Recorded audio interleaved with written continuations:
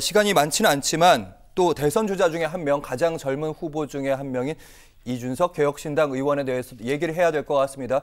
홍대에서 이제 대선 출마하겠다고 했는데 결국에는 이제 대선 출마하게 되면 끝에는 이제 범보수 후보 단일화하지 않느냐 이 전망들이 많더라고요. 그런데 사실은 이준석 후보 같은 경우, 의원 같은 경우는 단일화의 문제가 아니라 국민의힘을 잡아먹으려고 할 거예요. 전 그렇게 생각하고 왜 그렇게 생각하냐면 이준석 의원이 맨 처음 정치 시작할 때부터 지금까지 일관되게 자기의 스탠스가 뭐냐면 마치 미국의 유명한 정치 컨설턴트 딕 모리스처럼 게임처럼 생각해요.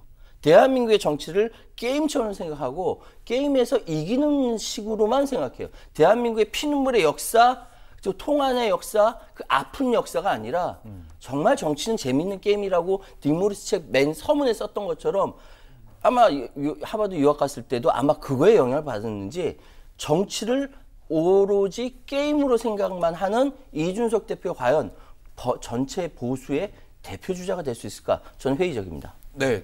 들어가게 되면 국민의힘과 합당하게 되면 이제 먹을 수도 있다 이런 얘기인데 사실은 요즘 이준석 의원이 부정선거로 완전히 갈라서고 있고 그래서 그럼 과연 국민의힘 그 지지층들의 마음을 얻을 수 있을까? 좀 의문이긴 하네요. 예. 저는 무엇보다도 최 의원님, 저희 평론가님의 그 분석에 동의합니다. 뭐냐면 이준석 의원이 가지는 그 상징 자본이 좀 말랐습니다. 예전엔 도전자, 그 다음에 어떻게 보면 젊음 그런 거였는데 지금은 당에서 개혁신당에서 상황 정치를 하는 거 아니냐 그러면서 당내 내홍을 심하게 겪고 있습니다. 그리고 본인이 윤석열 대통령을 그렇게 비판하면서 당내에서는 당신이 윤석열 대통령처럼 허은하 대표를 쫓아내는 거 아니냐 그런 지적을 받고 있는데요.